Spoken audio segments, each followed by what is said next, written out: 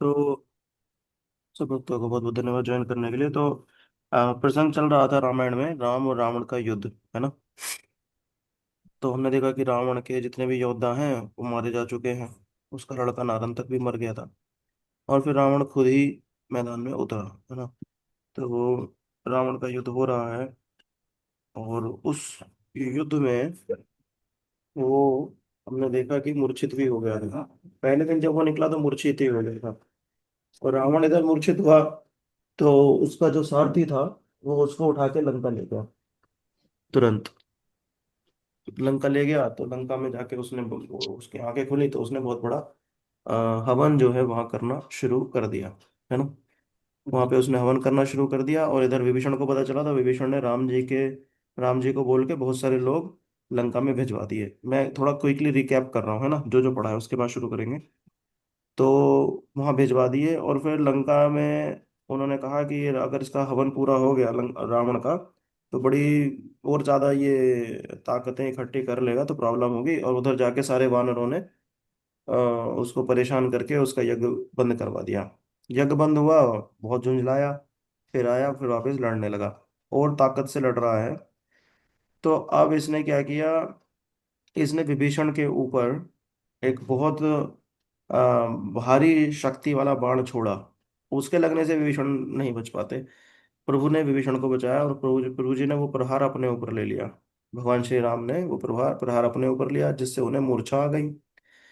विभीषण ये देख के बहुत क्रोधित हो गए और उन्होंने रावण से लड़ना शुरू किया। अब जब उनकी रावण से लड़ाई हो रही थी तो शिव जी पार्वती जी से बहुत अच्छी बात बोल रहे हैं। कह रहे हैं, उमा विभीषण रावण ही सन्मुख चितव की काऊ।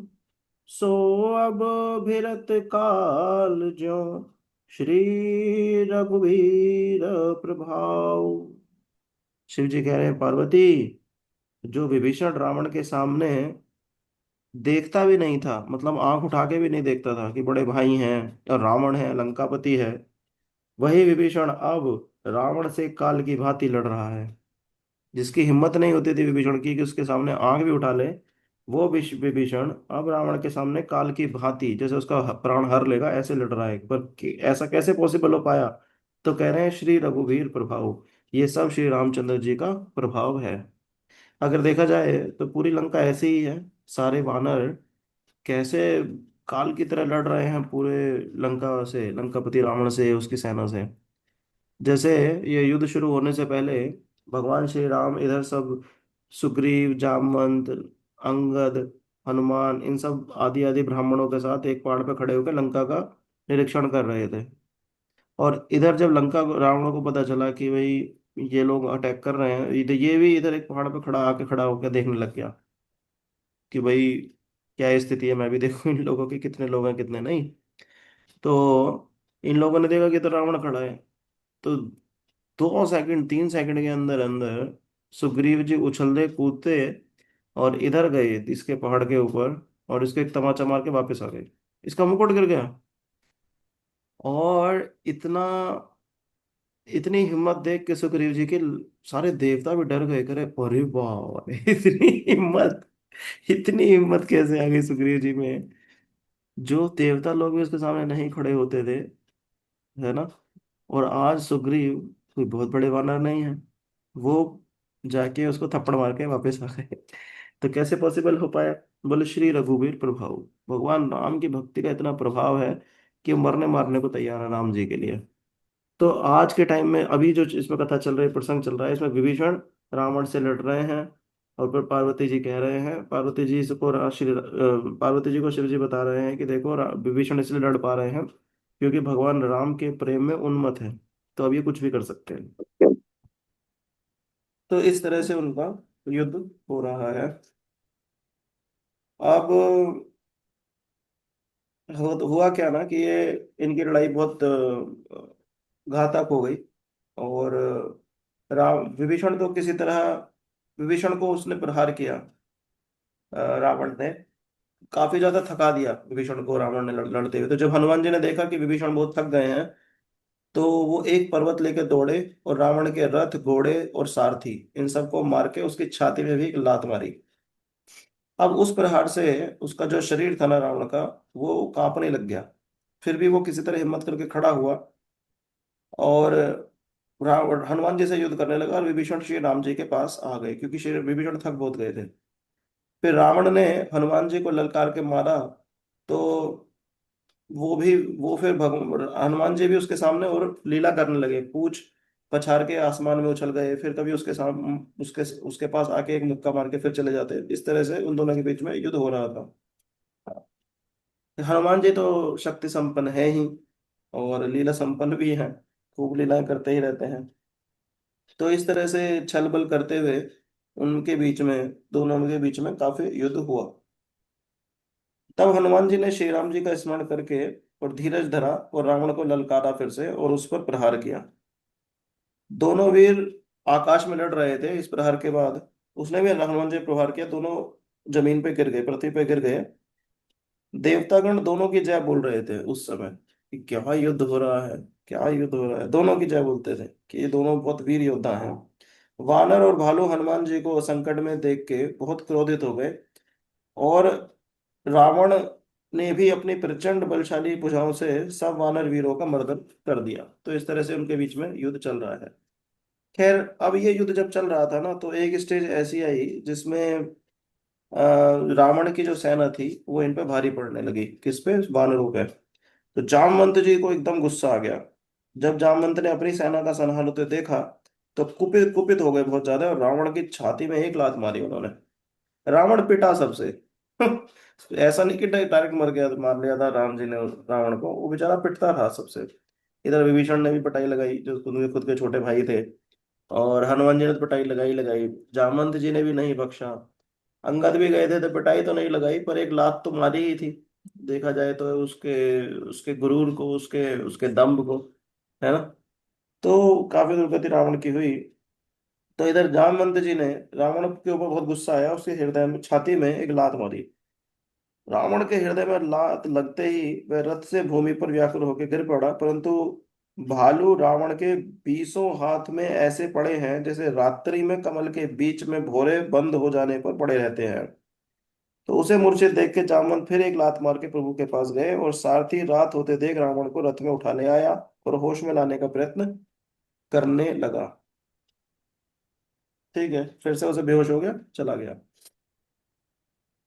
तो इधर भालू और बंदर भी काफी जो है मूर्छित हो गए थे उस युद्ध में। तो वो श्री राम जी के पास आए, और उधर संपूर्ण निशाचर मारे डर के रावण के चारों तरफ खड़े हैं। तो बड़ा भारी युद्ध हो रहा है इसका मतलब है।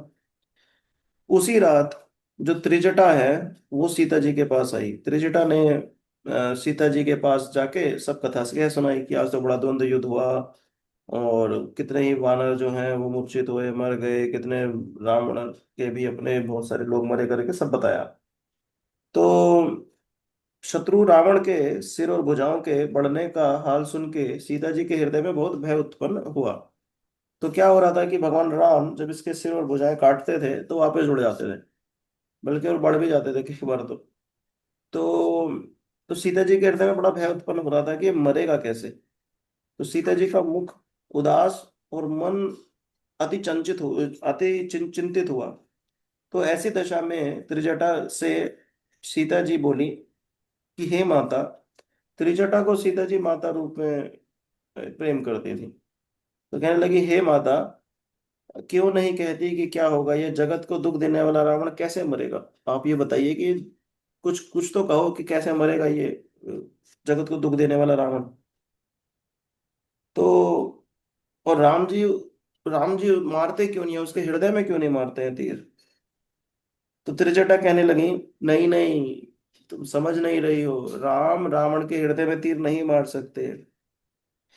प्रभु ताते और हतई न तेहि, एहि के हृदय बसती वैदेही। भगवान श्री राम उसके हृदय में इसलिए नहीं मारते कि उसके हृदय में सीता जी आपका वास है। तो देखते हैं कि अरे इसके हृदय में तो सीता है, तो बोले इसलिए उसके हृदय में वो तीर नहीं मार रहे हैं, कभी सिर काटते हैं, कभी हाथ काटते हैं, पैर काटते हैं, तो वहां पे जुड़ जाते हैं। तो बोले वो सोचते हैं, राम जी ये सोचते हैं कि रावण के हृदय में सीता जी बसी हैं, और सीता के हृदय में मैं वास करता हूँ, और मेरे हृदय में अनेक ब्रह्मांड हैं। रावण जी के हृदय में सीता, सीता जी के हृदय में राम, और राम के हृदय में अनेक ब्रह्मांड। यदि मैं उसके हृदय में बाण मारूं तो सब ब्रह्मांडों का नाश हो जाएगा। त्रिजटा के ऐसे वाक्य सुन के सीता जी हर्ष और विषाद से विभ्रम हुई।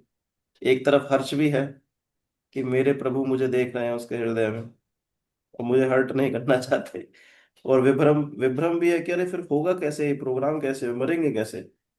इस पर त्रिजटा बोली कि हे सुंदरी, आप अपने हृदय के संशय को दूर कीजिए, रावण की मृत्यु जरूर होगी। कैसे होगी? हे सीते, जब राम जी के बाणों से उसका सिर बार बार कटने पर वह व्याकुल हो जाएगा और उसका ध्यान आपसे उतर जाएगा, तब भगवान उसके हृदय में बाण मारेंगे। तब उसके हृदय में बाण मारेंगे। वो जब वो विक्षिप्त हो जाएगा कि अब क्या करूं, अब क्या करूं, बार बार से कट रहा होगा उसका, तो वो डिस्टर्ब हो जाएगा बहुत ज्यादा। मरेगा नहीं पर डिस्टर्ब बहुत हो जाएगा। तो कुछ क्षणों के लिए आप उसके हृदय से हट जाएंगी, बस उसी समय मरेगा वो। खैर, इधर आधी रात को रावण जागा तो अपने सारथी पर क्रोधित होकर कहने लगा कि अरे मूर्ख, तुझे धिक्कार है जो मुझे रणभूमि से उठा ले आया, रे अधम मंद बुद्धि, तुझे धिक्कार है। इहार्द निसी रावण जागो, निज सारथी सन खीजन लागो। यहाँ अर्धनिशी रावण जागो, इधर आधी रात को जब रावण जागा तो निज सारथी सन खीजन लागू, सारथी पे खींचने लगा, गुस्सा करने लगा, है ना। सन रण भूमि छड़ाई सी मोही, तू रणभूमि से मुझे उठा के ले आया। दिग दिग अधम मंद मति मोही, अरे अधम मंद बुद्धि, तुझे धिक्कार है। फिर सारथी को लगा कि मुझे मार ना डाले भैया ये, तो सारथी ने रावण के पैर पकड़ लिए, बार बार उसे समझाया कि प्रभु बात समझो, आप मर मरा जाते हैं वहां पे, आपको बचा के लेके आया हूं मैं। आप तो मूर्छित होते हो, मर मरा जाते हैं वहां पे। तो रावण किसी तरह मान गया, छोड़ दिया उसने सारथी को। सवेरा हुआ तो रावण रथ पे चढ़ के फिर आया। अब रावण का आना सुन के वानरी सेना में फिर बड़ी खलबली मच गई। फिर तो यत्र तत्र वानर वीर रीछ पहाड़ और वृक्ष उखाड़ के दांत कटकटाकर फिर दौड़े रावण के ऊपर अटैक करने के लिए, रावण की सेना के ऊपर अटैक करने के लिए। तो बहुत बहुत माया वो करता था बीच में, जैसे कि ऐसा वो माया कर देता था रावण की, सब जगह वानरों को राम दिख रहे हैं, राक्षसों के अंदर भी। तो अब वो बेचारे वो रुक जाते थे कि अरे अब कैसे करें, सब जगह राम है तो किस पे अटैक करेंगे, हम तो उनके अपने हैं, प्राणनाथ है। तो रुक जाते थे। फिर भगवान राम उस माया को हटाते थे। तो ये चलता रहता था, मतलब वहां पे कुछ देर के लिए ब्रेक आ जाता था, फिर भगवान राम देखते थे कि ये युद्ध नहीं कर रहे हैं, तो समझ समझ जाते थे, तो उस माया को बाण चला के हटा देते थे। और फिर माया का नाश होते ही बंदर और भालू आनंद पूर्वक पहाड़ और वृक्ष लेके फिर अटैक करते थे। और भगवान राम बार बार बाण छोड़ते थे जिससे रावण के सिर और भुजाएं कट जाती थी। श्री राम और रावण का युद्ध वर्णन अनेक कल्पों तक गाकर भी सैकड़ों शेष शारदा और कवि नहीं कर सकते, ऐसा तुलसीदास जी कह रहे हैं। श्री राम रावण समर चरित, अनेक कल्प जो गावहीं, जो अनेक कल्प तक श्री राम और रावण के इस युद्ध को गाएंगे बताएंगे। सत शेष सारद निगम कवि, तेव तब तिपार न पावहीं। इतना है कि वो इसको कल्पों तक भी बताएं तो भी कंप्लीट नहीं कर सकते। तो तुलसीदास जी कहते हैं मैं मूढ़ कैसे प्रभु के गुणों को गा सकता हूँ, कि प्रभु कैसे रावण से लड़े। ताके गुण गण कछु, कहे जड़मति तुलसीदास, जिमि निज बल अनूप ते, माछ उड़ाई आकाश। तुलसीदास जी कह रहे हैं कि मैं मूढ़ बुद्धि प्रभु के थोड़े से गुणों का गान ऐसे ही कर रहा हूं जैसे अपने पौरुष के अनुसार ही मक्खी आकाश में उड़ती है। तो अपने को मक्खी बता रहे हैं, और प्रभु के गुणों को आकाश। मक्खी कितना आकाश कवर कर लेगी, क्यों साहब? मक्खी कितना ही आकाश कवर कर लेगी ना। तो कह रहे हैं प्रभु तुलसीदास जी की प्रभु के गुण आकाश की तरह है। मैं तो मक्खी की तरह प्रभु के कितने ही गुणों को गा दूंगा, मैं लिख दूंगा इस किताब में, रामचरितमानस में। इस तरह वो युद्ध किए। खैर आगे कह रहे हैं कि श्री राम जी ने उसके सिर और भुजाओं को अनेक बार काटा, परंतु वीर रावण मरता नहीं है। और प्रभु की ऐसी लीला को देख देवता और मनुष्य मुनि व्याकुल हो, क्लेशित और दुखित हुए। ये मरेगा कब। और जैसे जैसे उसके सिर कटते थे समुदाय एकदम से और बढ़ जाता था, और बहुत बहुत सारे सिर उसके आ जाते थे। तो वो उस तुलसीदास जी इसमें बहुत अच्छी बात कह रहे हैं, सुनिएगा। काटत बढ़ई शीस समुदाय, कटते ही शीशों का समुदाय ऐसे बढ़ता था जैसे जिमि प्रति लाभ लोभ अधिकाई। जैसे हर लाभ के बाद लोभ बढ़ जाता है। थोड़ा सा लाभ होता है ना तो लोभ आ जाता है कि थोड़ा और हो, फिर थोड़ा और हो, फिर थोड़ा और हो। लोभ अधिकाई। थोड़े से लोभ के बाद जिमी प्रति लाभ, हर लाभ के बाद लोभ अधिकाई, लोभ बढ़ जाता है। ऐसे ही उसके सिर बढ़ जाते थे हर रावण कट कट उसके सिर एक कटने के बाद। और शत्रु मर ही नहीं रहा था। तो श्री रामचंद्र जी ने विभीषण की ओर देखा। शिव जी बता रहे हैं पार्वती जी को, कहते हैं हे पार्वती, जिसकी इच्छा से काल मरता है वे प्रभु भक्त विभीषण की परीक्षा लेते हैं। देखिए, भगवान राम जिस दिन ये सोचे कि रावण मर जाए, उसका अंत उसी दिन हो चुका था। अब बस लीला चल रही है भगवान की। जैसे कृष्ण अर्जुन को भगवत गीता में कह रहे हैं कि कृष्ण, जिस दिन मैं ये सोचा कि ये सारे कौरव पार्टी के ये लोग मर जाएं, अपनी पार्टी के भी ये लोग मर जाएं, उस दिन ये सब मर चुके थे। मैंने जिस जिस दिन इन्हें माना कि धरती पर बोझ है, बस इनकी आयु उसी दिन समाप्त हो गई थी। देखिए, जब जो कोई व्यक्ति पैदा होता है ना, पैदा होते ही उसकी उसको वो कितनी सांसें लेगा इस संसार में, वो लिखा है, वो निश्चित है कि ये व्यक्ति, ये जीव इस संसार में इतनी सांसें लेगा। ये फिक्स है कि भाई इतनी सांसें लेगा। परंतु अगर उस बीच में भगवान ये सोच ले कि नहीं, इसका ये मरे अब, तो बस उसकी सांसें कम हो गई। वैसा है। कह रहे हैं कि हे पार्वती, जिसकी इच्छा से काल मरता है वे प्रभु भक्त विभीषण की परीक्षा लेते हैं।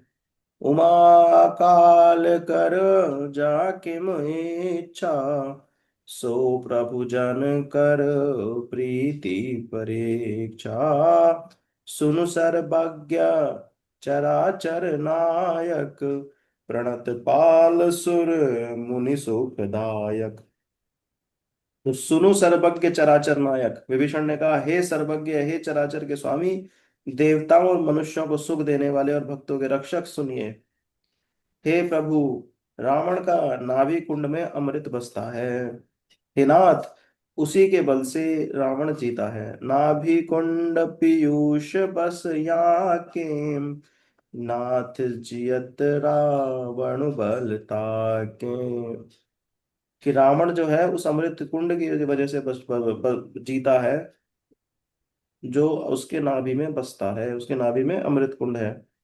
तो सुनत विभीषण वचन कृपाला, हर्ष गए कर बान कराला। विभीषण की ऐसी बात सुन के कृपा करने वाले भगवान ने हर्षित हो कठिन बाण धारण किए, कठिन बाण धारण किए। और उस समय नाना प्रकार के अपशकुन होने लगे, बहुत से सियार कुत्ते और गधे रोने लगे, और अशुभ सूचक पक्षी बोलने लगे, और आकाश में जहां तहां केतु ग्रह प्रकट हो गए। और जब भगवान ये बाण निकाल लिए, इसका मतलब अब रावण मरने वाला है। और मंदोदरी जो थी उसका हृदय कांपने लगा। वो बैठी है उधर लंका में, इधर युद्ध हो रहा है, परंतु मंदोदरी का हृदय कांपने लगा। इतनी पतिव्रता थी वो। या पति जाने वाला है तो उसका हृदय कांप रहा है, पहले से उसे इंडिकेशन मिल गया। मंदोदरी उर कपति भारी, प्रतिमा स्तवहिम नयन मग बारी। मंदोदरी का हृदय बड़े जोर से कांपने लगा, और देव और प्रतिमाओं के नेत्रों से आंसुओं की धारा बहने लगी। इनके राक्षसों के भी देव होते हैं ना, तो उनकी प्रतिमाओं के नेत्रों से आंसू की धारा बहने लगी। जो मूर्तियां थी वो आंसू बहाने लगी। और आकाश से वज्रपात होने लगा। हवा तीव्र गति से बहने लगी और पृथ्वी कांपने लगी। रावण बहुत तपस्वी था, बहुत तपस्वी था रावण। तो ये सब प्रकट होने लगे।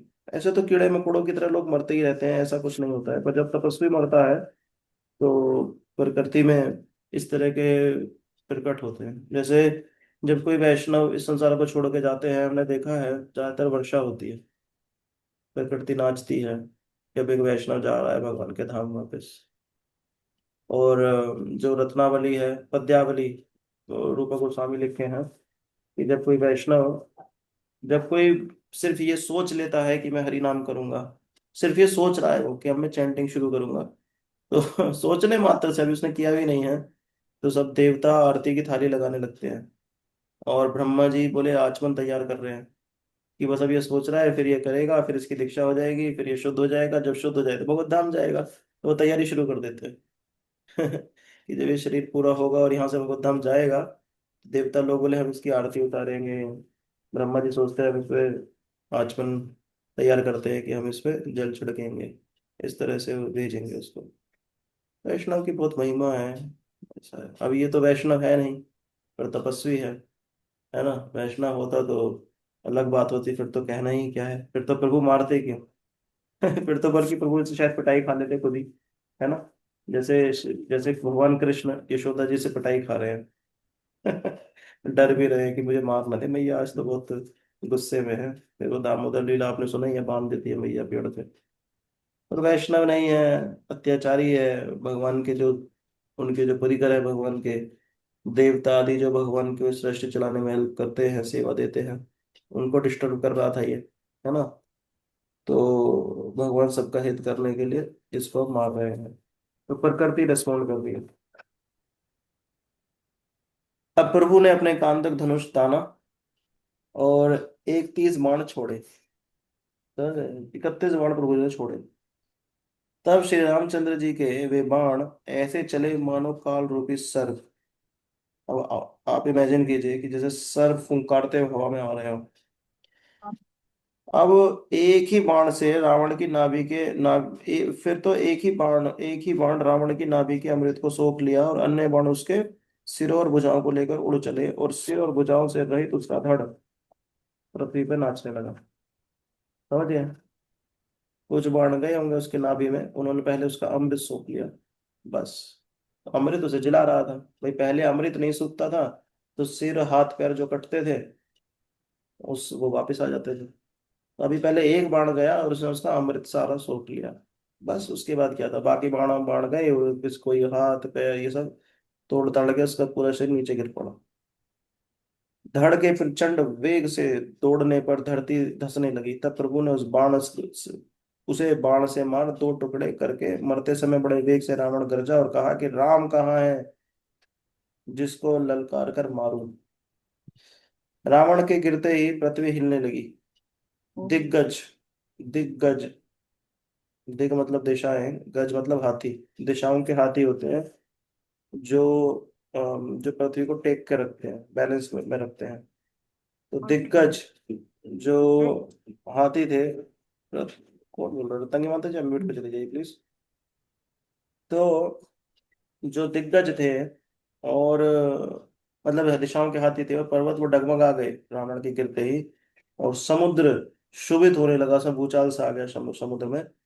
उसके दोनों खंडों ने पृथ्वी पर गिरकर बहुत से वानरों और भालुओं को दबा के मार डाला। सोचो कितना बड़ा सिर होगा कि उसके सिर के नीचे बहुत सारे वानर भालू आके मर गए।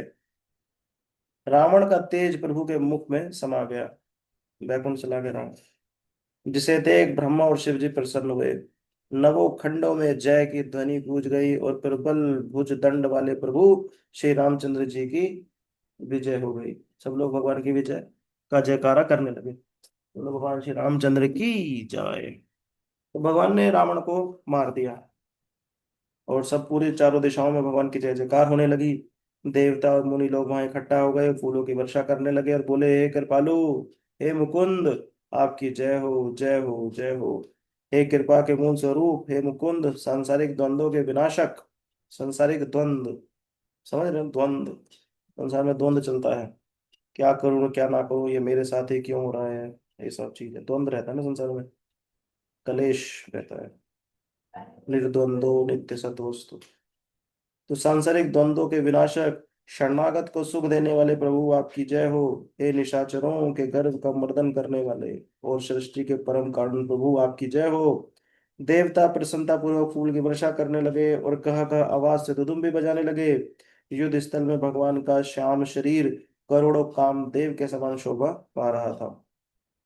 सिर पर जटा जटा थी भगवान के, और मुकुट के बीच में फूलों की मनोहर कलियां, वाह, ऐसी शोभित होती थी मानो नील पर्वत पर तारा गण समेत बिजली चमकती हुई शोभा पाती है। और राम जी की भुजाओं में धनुष बाण हैं, और उनके शरीर पर खून की बूंदें ऐसी दिखती थी जैसे तमाल के वृक्ष पर बहुत सी लाल मुनिया पक्षी अपने सुख से बैठी हो। अब युद्ध करे हैं तो ब्लड आ जाता था ना शरीर पे, तो वो बता रहे। प्रभु ने कृपा दृष्टि से वृष्टि करके देवताओं के समूह को अभय कर दिया। आज रावण मरा, डरते डरते भगवान का गुणगान कर रहे हो। फिर भगवान ने भी उनकी तरफ देखा, अब वो पूरे निर्भय हो गए। वानर और भालू हर्षित हो सुख के धाम श्री रामचंद्र जी की जय जयकार करने लगे। ऐसा होता ही है, अगर व्यवस्था गड़बड़ा जाती है तो भगवान आके उसे ठीक करते हैं, डीमंस को मारते हैं, फिर चले जाते हैं। देवता लोग फिर से भगवान जी का जो काम है वो व्यवस्था देखने का वो करने लगते हैं। तो इस तरह से सृष्टि चलती रहती है ना। जैसे ब्रह्मा जी उठते हैं, जब ब्रह्मा जी सो के उठते हैं, उनका एक दिन समाप्त होता है, रात को सो जाते हैं। फिर जब सुबह उठते हैं तो वो फिर से सब क्रिएशन शुरू करते हैं। तो देखते हैं चक्र भी यहाँ पड़ी है, बाकी ग्रह यहाँ पड़े हैं, ये यहाँ है, वो फिर से क्रिएशन शुरू करते हैं, फिर से अपने मन से प्रकट करते हैं बहुत सारे अपने बच्चों को करके। तो पूरा व्यवस्था करना शुरू करते हैं वो। फिर बीच बीच में डीमन का भी अपना काम है, डीमन भी क्या करते हैं, डीमन डिस्ट्रॉय करना शुरू करते हैं। और सतयुग है, जैसे मान लीजिए अभी अभी शुरू हुआ है क्रिएशन, तो सतयुग है तो डीमन इतना कुछ नहीं ज्यादा कर पाते हैं। तो ब्रह्मा जी सब क्रिएशन शुरू करते हैं। और ऐसे में क्या होता है कि तपस्वी लोग ज्यादा रहते हैं सतयुग में, तो तपस्या शुरू करते हैं कि अब हम वापस इस पर विलय प्रलय के चक्कर में हमें नहीं पड़ना, हम तो भगवान के धाम जाएंगे। तो सतयुग में ऐसे बहुत सारे लिविंग एंटिटीज होते हैं, भगवान का धाम चले जाते हैं, है ना। तो डीमन अपना काम करते रहते हैं बिगाड़ने का। फिर त्रेता युग आ जाता है, थोड़ा डिग्रेड हो जाता है उसमें। फिर और डिग्रेड हो जाता है, फिर और डिग्रेड। जब भी थोड़ा बहुत भी डिग्रेडेशन डिग्रेडेशन आता है, भगवान अवतार लेकर फिर जब भगवान को लगता है कि नहीं अब इनके बस की नहीं हो रहा है, ये मुझसे प्रार्थना कर रहे हैं ब्रह्म देवता आदि, तो फिर भगवान आके ठीक करते हैं। ऐसे चलता रहता है। अब जैसे कलयुग में तो इतना ज्यादा डिग्रेडेशन आ गया है ना, इसलिए अब कोई ज्यादा रूल रेगुलेशन भी नहीं है हम लोगों के लिए। बस ये है कि हरि नाम करें और अपना जीवन सफल करें। बस हरे नाम हरे नाम हरे नाम ही केवलम, कलौ नास्ति नास्ति नास्ति गति नंदिता। तो इसलिए ये एक तरह से अच्छी अपॉर्चुनिटी भी है, क्योंकि उतने नियम का कानून नहीं है पिछले युगों की तरह। सिर्फ इतना ही है कि नाम जप करो और चले जाओ। और साथ में हम देख रहे हैं कि चैलेंज भी है ज़्यादा है। जैसे जैसे मान लीजिए कि आप जहाँ भी रहते हैं, आपके आसपास अगर सब ऐसे ही लोग हों कि जो सुबह 4 बजे उठ जाते हैं, है ना, या फिर आप घर से निकले और सब लोग आप देख रहे हैं कि सब कोई पूजा की थाली लेके जा रहा है, कोई आपसे हरे कृष्णा कीर्तन कर रहा है, या कोई आपसे हरे कृष्णा में बात कर रहा है, कोई भगवान का, वो आपके लिए एकदम फेव आप ओड बना उठ जाएंगे। अगर सब लोग आपके आसपास भक्त है तो, है ना, तो ऑटोमेटिक आपकी भक्ति होने लगेगी। तो पर कलयुग में ये चैलेंज है। सतयुग में तो ऐसे ही होता था, पर कलयुग में ये चैलेंज है। कलयुग में चैलेंज ये क्यों है, क्योंकि अब आप ओड बना उठ आप हैं, आप हरे कृष्णा करते हैं। करेक्ट ना। और आपके आसपास वाले लोग हैं, है ना, कुछ कोई हो सकता है जो आपको डिस्टर्ब कर रहा है आपको, तो वो सब चैलेंज है।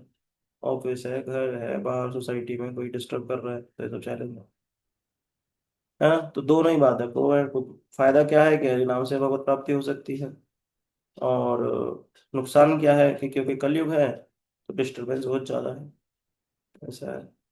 जैसे शहरों में रहना है तो धन कमाना पड़ेगा, कम धन धन कमाएंगे तो उससे पता नहीं कल कितना इन्फ्लेशन बढ़ जाए, वो धन की कोई वैल्यू ना रहे।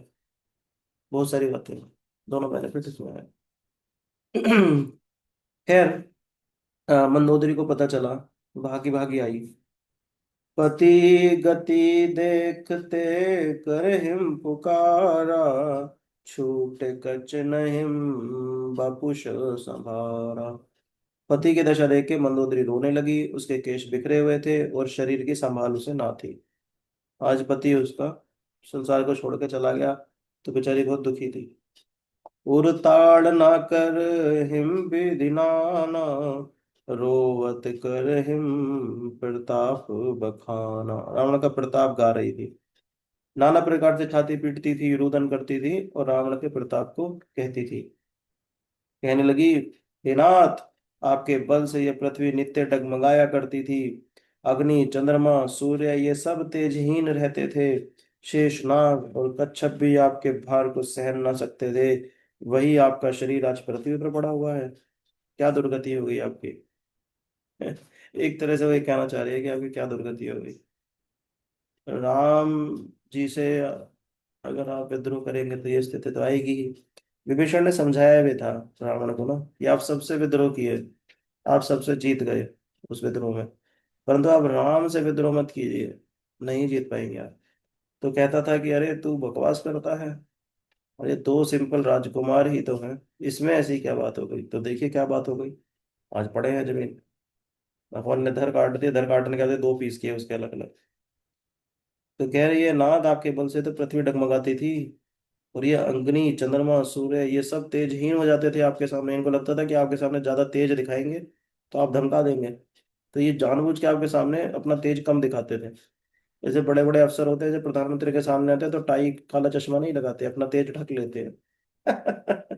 प्रधानमंत्री है ना। रावण के सामने बोले अग्नि, चंद्रमा, सूर्य अपना तेज ढक लेते थे, रोक लेते, नहीं ये बड़ा आदमी है। और शेष नाग और कच्छप भी आपके भार को सहन न सकते थे, वही आपका शरीर आज पृथ्वी पर पड़ा हुआ है। हाय मैं तो बहुत लुट गई। युद्ध में जिसके सामने वरुण, कुबेर, इंद्र और वायु देव धैर्य छोड़कर भाग जाते थे, और कोई धैर्य ना धरता था, जो अपनी भुजाओं के बल से काल और यम को भी जीत लिए था, आज वही शरीर अनाथ होके भूमि पर पड़ा हुआ है। कहना ये चाह रही है कि आप तो सारे संसार के नाथ बनते थे। हाँ। अरे यमराज जो होगा आपने जीत लिया था। यमराज की हिम्मत नहीं थी कि वो आपके प्राण खींच ले शरीर से, क्योंकि यमराज को आप जीत चुके हैं। आपके पास आने से जो डर रहा है वो प्राण कैसे खींच लेगा, हिम्मत कैसे हो जाएगी, नहीं ना। तो एक तो वही जो शरीर जिससे प्राण खींचना मुश्किल था, पर वो आज शरीर अनाथ की तरह इस भूमि पर पड़ा हुआ है। आप तो नाथ थे, पर आप आज अनाथ हो। तो अब समझा रही है, खुद ही कह रही है, राम विमुख अस हाल तुम्हारा, रहा न को कुल रोग निहार। मैं समझ सकती हूँ आपकी प्रभुता जगत विदित थी, और आपके सुत और परिजनों के बल का तो वर्णन नहीं हो सकता, परंतु एक गलती आपने कर दी। क्या? राम विमुख असहाल तुम्हारा। राम से विमुख होने पर आपका ये हाल हुआ है। मतलब तो राम से विद्रोह आपने जो किया उसकी वजह से आपका ये हाल हुआ। और रहा न को कुल रोग निहार, कुल में कोई रोने वाला अब ऐसा आपके नहीं रहा है। वो क्यों? क्योंकि राम विमुख असहाल तुम्हारा, क्योंकि तुमने राम से विमुख हो गए, तुमने राम से विद्रोह किया। वरना तब बस विधि फिर पंच सब ना था, सब है दिसिपनित नाभि माथा। हे नाथ, ब्रह्मा का सारा प्रपंच आपके वश में था। ब्रह्मा जी जो जो कर रहे थे सब आप जानते थे, कैसे क्रिएशन चल रहा है सब आपके पता है। और भय सहित दिक्पाल आपके सामने नित्य शीश झुकाते थे। दिशाओं के हाथी जब आप चलते थे तो प्रणाम करते थे, आपको दंडवत करते थे। क्या स्थिति थी आपकी। लेकिन अब तब सिर भुज जम्बुक खाए, राम विमुख यह अनुचित नाहिं। लेकिन अब आपके सिर और भुजाओं का को सियार खा रहे हैं। तो इस जा ये कह रही है, मंदोदरी कह रही है रावण से कि ऐसी स्थिति थी आपकी कि दिग्पाल दिशाओं के हाथी आपको प्रणाम करते थे, ब्रह्मा जी की रचना आपको सब समझ में आती थी, यमराज आपको प्रणाम करते थे, उनके सामने उनके आपके सामने उनकी हिम्मत नहीं होती थी। सूर्य, चंद्रमा, अग्नि इनका तेज ये अपना फीका कर लेते थे आपके सामने। कभी आप अपने भृकुटी उठाए डर जाते थे वो कि उनकी शामत ना आ जाए। और ऐसे रावण के सिर और भुजाओं को आज सियार खा रहे हैं। राम विमुख या अनुचित ना हो। हाँ, जो राम से विमुख हो गया ना उसके लिए ये कोई अनुचित बात नहीं है, ये उचित ही है। रो रही है बेचारी। पति से प्रेम करती है, रो रही है, पर जो सत्य बात है वो भी कह रही है। ऐसा नहीं है कि वो राम जी को बोले कि अरे तुमने मेरे पति को मार दिया, और नहीं। जैसे मंदोदरी कह रहे गांधारी कह रही थी कृष्ण को कि तुम्हारी वजह से सारा कुरु डायनेस्टी सब खत्म हो गई, मैं भी तुम्हें श्राप देती हूँ कि यादव डायनेस्टी भी खत्म हो जाए। ऐसा वो विरोध में बात नहीं कर रहे राम जी। मैं समझाया भी था, मतलब 3 बार तो मेरी याद में है कि उसने समझाया रावण को कि तुम, ये राम है, ये अनंत ब्रह्मांड के स्वामी है, तो इनसे पंगा मत लो भाई, इनसे मत लो। समझ नहीं आ रहा भाई को। हाँ समझ रहे ना, रावण को समझ में नहीं आ रहा। अब तब सिर भुज जम्बुक खाहिम, जम्बुक मतलब सियार। बोले कहाँ तो तुम्हारी ऐसी स्थिति थी, और अब देखो सियार खा रहे हैं। और हाँ ठीक ही है, राम विमुख या अनुचित ना है। जो राम से विमुख हो गया, उस ये कोई अनुचित बात भी नहीं है अगर ऐसा हो गया तो। और अब याद कर रही है, याद कर रही है मंदोदरी। काल विवश पति कहा न माना, अब जगन्नाथ मनुज करि जाना। काल के विवश होके हे स्वामी, तुमने मेरा कहा ना माना। काल विवश पति कहा ना माना, काल के विवश होके हे पतिदेव तुमने मेरा कहा ना माना। और हे नाथ, श्री रामचंद्र जी को आपने मनुष्य माना। अब जगन्नाथु मनुष्य करी जाना, आपने राम जी को साधारण मनुष्य जाना, इस वजह से सब हुआ। खूब विलाप करती बोली कि आहा हे नाथ, प्रभु रघुनाथ के समान कृपा सिंधु दूसरा कोई भी नहीं है। जो परम गति मुनियों को भी दुर्लभ है, वो भगवान ने आपको दे दी। और विलाप कर रही है, भगवान की कृपा को याद कर रही है। रावण किस तरह से नासमझी किया उसको याद कर रही है।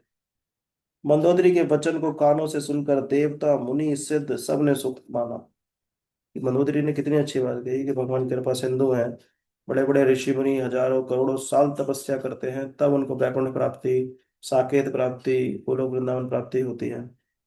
और यहाँ भगवान हमारे श्री हरि रावण को मारा और उसको अपने धाम भेज दिया। तो कह रही है कि जो परम गति मुनियों को भी दुर्लभ है, वे भगवान ने तुमको दी।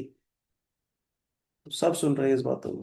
तो सब मुनि सिद्ध जन, भगवान के बाकी भक्त जन, देवता, सब ने बात को बहुत सुख माना इस बात को सुन के कि हाँ, राम। ब्रह्मा शंकर नारद मुनि सनक आदि जो मुनियों में श्रेष्ठ और परमार्थी हैं, उन्होंने भी इस बात को सुना और खूब सराहना की। सब लोग वहां प्रकट हुए और नेत्र भर प्रभु को देख के प्रेम में मगन और सुखी हो गए। सब स्त्रियों को रुदन करते देख विभीषण मन में बड़े दुखी हुए और उनके पास गए। सब स्त्रियां दुखी तो है ही कि हमारे लीडर, हमारे लंका के जो पति थे वो चले गए। हालांकि असली पति हम लोगों के भगवान ही हैं। है ना। हम तो प्रकृति है, प्रकृति जो है वो उसके पति होते हैं, है ना। उसका एक संबंध रहता है, उसके पति कौन है, कृष्ण है। प्रकृति का अर्थ क्या होता है, प्रकृति का अर्थ होता है स्वभाव, है ना। जैसे मान लीजिए कोई कहे कि इनका स्वभाव बहुत गुस्से वाला है, या इनका स्वभाव बहुत प्रेम करने वाला है, या इनका स्वभाव है थोड़े चिड़चिड़े रहते, स्वभाव। तो स्वभाव की अपनी कोई इंडिपेंडेंस नहीं होती है ना। वो स्वभाव जैसे आएगा तो पूछेंगे किसका स्वभाव, किसका स्वभाव, यानी वो किसी का है, वो किसी से जुड़ा हुआ है। वो किससे जुड़ा हुआ है, तो ये बात आ जाती है किससे जुड़ा हुआ है। तो जो प्रकृति है, इसका अपनी कोई इंडिपेंडेंस नहीं है, किसी से जुड़ी हुई है। किससे जुड़ी हुई है, कृष्ण से जुड़ी हुई है, राम से जुड़ी हुई है, नरसिंह भगवान से जुड़ी हुई है, भगवान से जुड़ी हुई है। भगवान का स्वभाव होता है। तो हम सब जो है ना इस जगत में वो प्रकृति है। जब हम प्रकृति है तो किससे जुड़े, भगवान से जुड़े हुए। तो वैसे देखा जाए तो सच में भगवान ही हमारे पति हैं, हम सब प्रकृति हैं। ऐसा है। तो आज जैसे, तो हमारा धर्म हो इसलिए भगवान की सेवा करना ही है। उन्हीं से जुड़े हुए वही हमारे पति हैं। उनकी बात को फॉलो करना, मानना, सेवा करना, प्लान बनाना, उन्हीं के प्रोग्राम को आगे बढ़ाना। जैसे चैतन्य महाप्रभु की डिजायर है, ये कलयुग है, इसमें नाम का प्रचार होना चाहिए।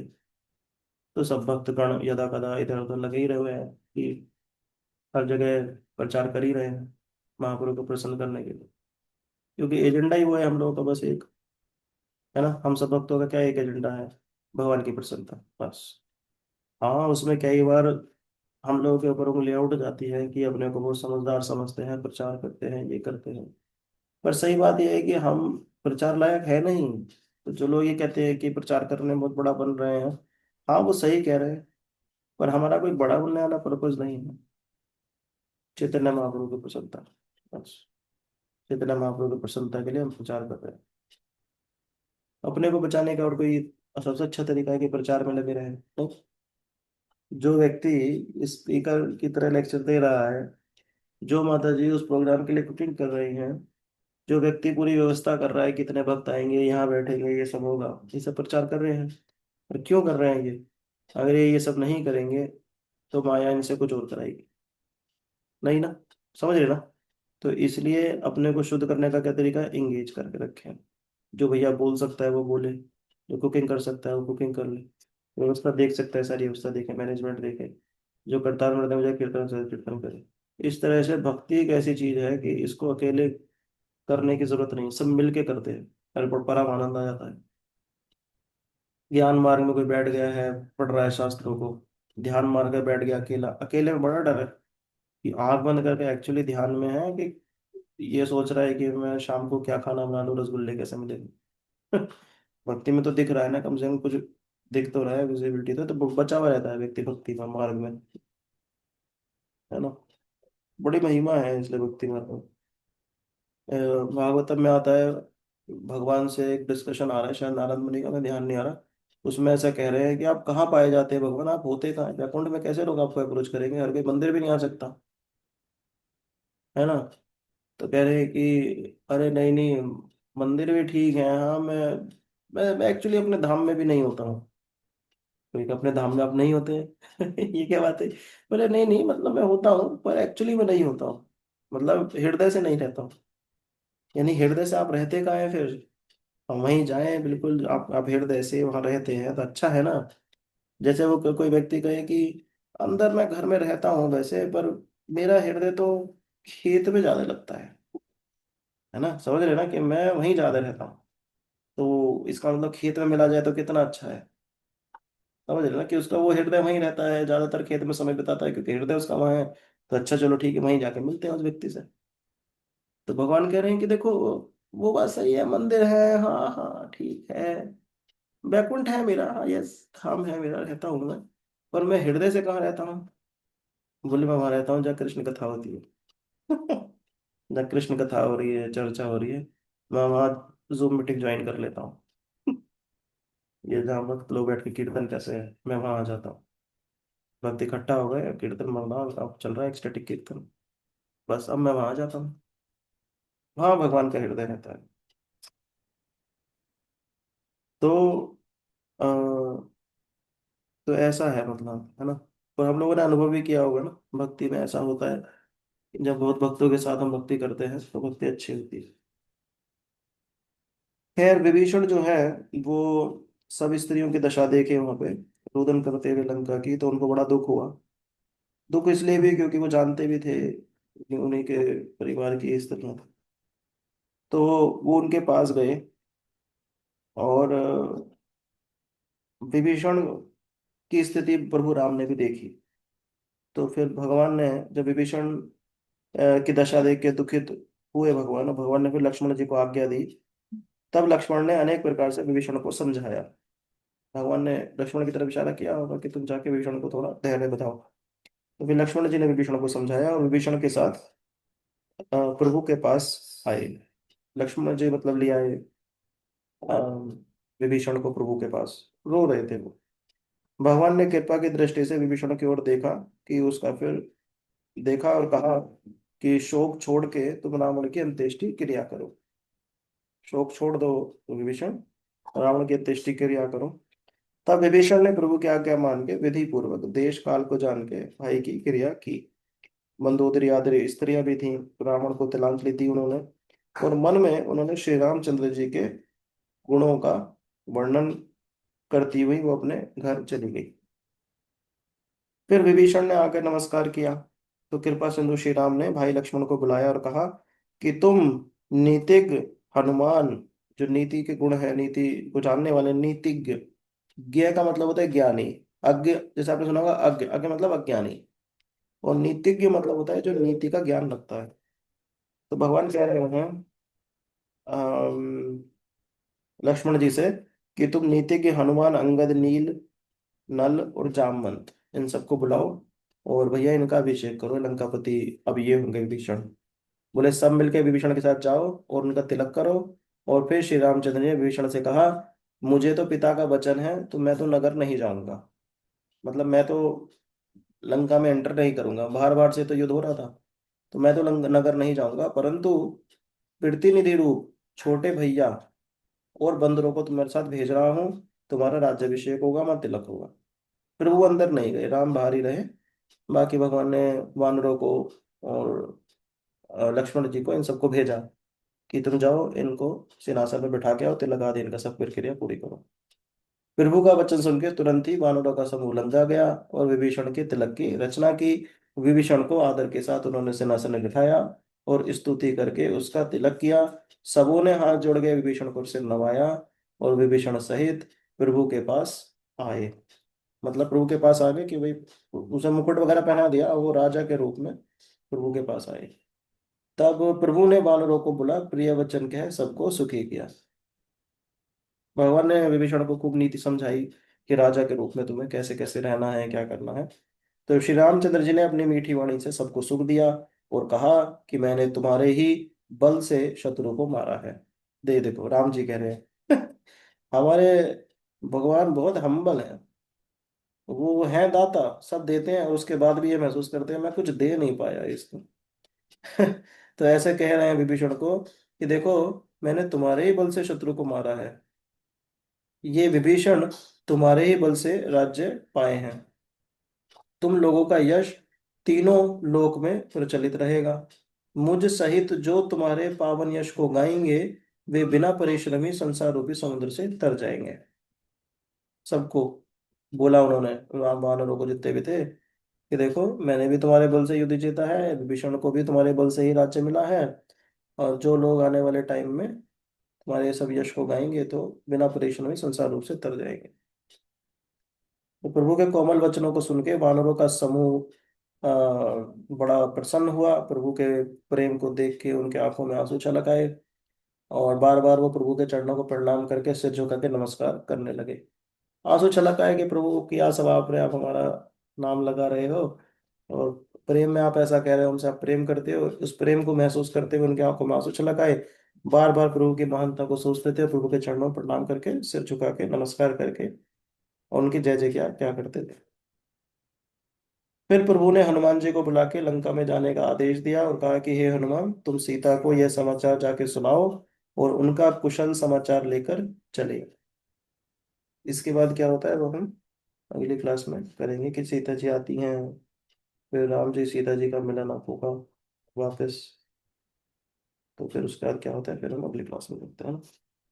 ठीक है, और सब भक्तों का संग देने के लिए बहुत बहुत धन्यवाद। अ, अभी 2-3 दिन और दामोदर लीला प्रो की क्लास होगी, क्योंकि ये सेल्फ डिस्कवरी जो ये क्लास सीरीज चल रही है इसका कंप्लीट करेंगे। तो मुझे उम्मीद है आप सबको पसंद आ रही होगी क्लास। तो 2-3 दिन और चलेगी, मंडे ट्यूसडे और वेंसडे, मतलब next 3 more days. Monday Tuesday Wednesday कहना तो फिर यूएस वाले भक्त कंफ्यूज हो सकते हैं, क्योंकि उनके लिए संडे ट्यूसडे वेंसडे हो जाता है। वो ठीक है, वेंसडे तक तो फिर हम सीरीज कंप्लीट करके फिर वापस भगवत गीता जो 6 चैप्टर है फर्स्ट श्लोक का वहां से कंप्लीट करेंगे। तो बीच बीच में इस तरह की सीरीज लेने से क्या होगा कि थोड़े बेसिक्स हम लोगों के और फाउंडेशन जो है स्ट्रांग हो जाएगी हम लोग की। तो इस तरह के क्वेश्चन हम आंसर कर पाएंगे, जैसे काफी लोग पूछ लेते हैं भगवान को किसने देखा है ना, इस तरह की चीजें तो हम सॉलिड बोल सकते हैं उनको कि भाई ये प्रमाण होता है किसी चीज को जानने के लिए, अनुमान प्रमाण, प्रत्यक्ष प्रमाण, ये सब लगता है ना? तो ये सब चीजें ठीक है हम इसको अभी स्टॉप करेंगे। वंशा कल्पतरुभ्यश्च कृपा सिंधु एव च पतितानां पावनेभ्यो वैष्णवेभ्यो नमो नमः। अनंत कोटि वैष्णव वृंद की जय, श्रीलंकात की जय। हरे कृष्ण। हरे कृष्णा प्रभु जी। हरे कृष्ण पद्मावी प्रभु, नारायण। मुझे हाँ दो हाँ। हफ्ते में 3 दिन क्लास लिया करेंगे ना? नहीं ऐसा नहीं है कि वो लिया करेंगे, अभी जैसे सीरीज शुरू करी है ना, तो अच्छा उस अच्छा। सीरीज को वो कंप्लीट करेंगे।